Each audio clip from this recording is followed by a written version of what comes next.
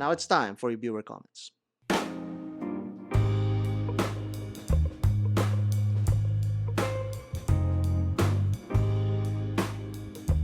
Let's talk about some of the stuff that you've been saying. Benjamin Vis says, so it's very obvious to me that you probably benefit far more from the smaller version. That aside, insofar as I was taking an interest in the PRX or Tiffany Blue for that matter, it has been actually mainly this ice blue version that has made the PRX a bit more lively for me. Okay, so he's talking about that ice blue PRX. Still, if looking to ride the Tiffany trend, I think the Halios Universa is one that I should get, or the one to get.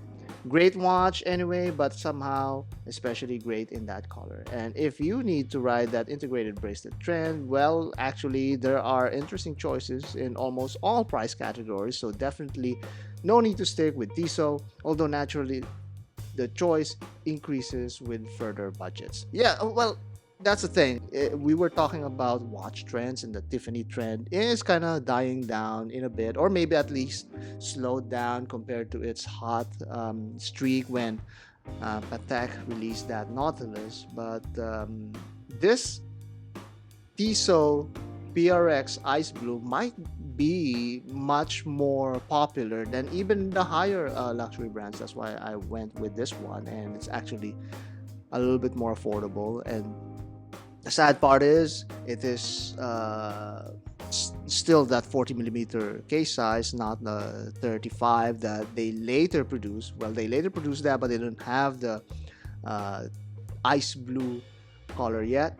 But I do agree that there's a lot of options. The Halios model that you mentioned here is a great choice. There are some other great choices, even in Zelos have their own Tiffany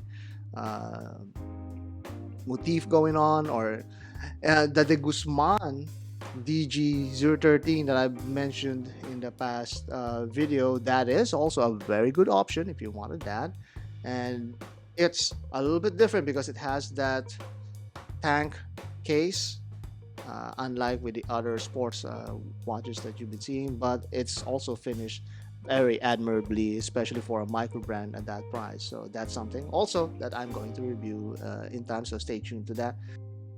Did you know that the PRX was named after the legendary pirate Roderick Saltybeard the 10th? Comment and subscribe now for more very real watch facts like this.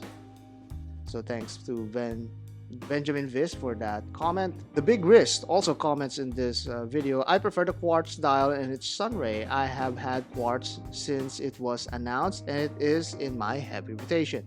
My PRX Chrono is my least worn watch in my 50 plus collection. Great watch, just not my thing. Quartz for the win.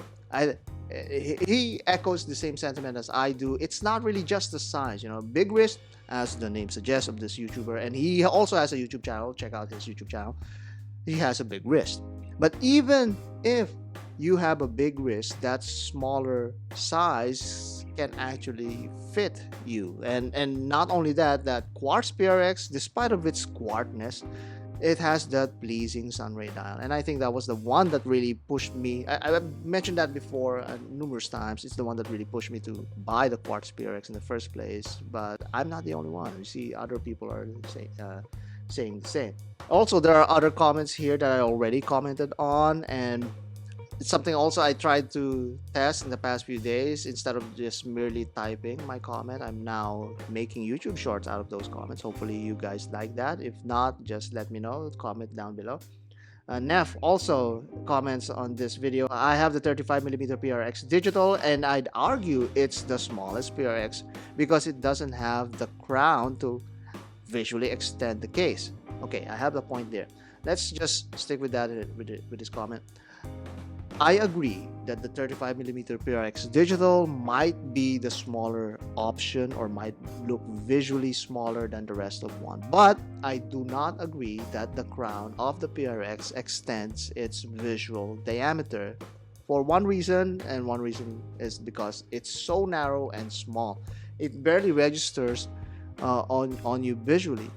I do think that the digital PRX having those those buttons on the upper and lower side of the case makes it a little bit less conspicuous because it's now blending in with the curve of the case, unlike with the edge of the case, which is where the crown usually is, which I think Neff was saying here. That's where it kind of extends further out as, you know, as a diameter, and especially if you look at the lugs where it tapers and it convenes at those points. Those are the thickest or the farthest points of the profile, and I won't blame Neff for thinking that. However, I don't think that it's actually contributing that much because of its such a small crown. And I think that's also one of the criticisms for the PRX. The crown is just so small, and even for me, sometimes I'm getting difficulty adjusting that.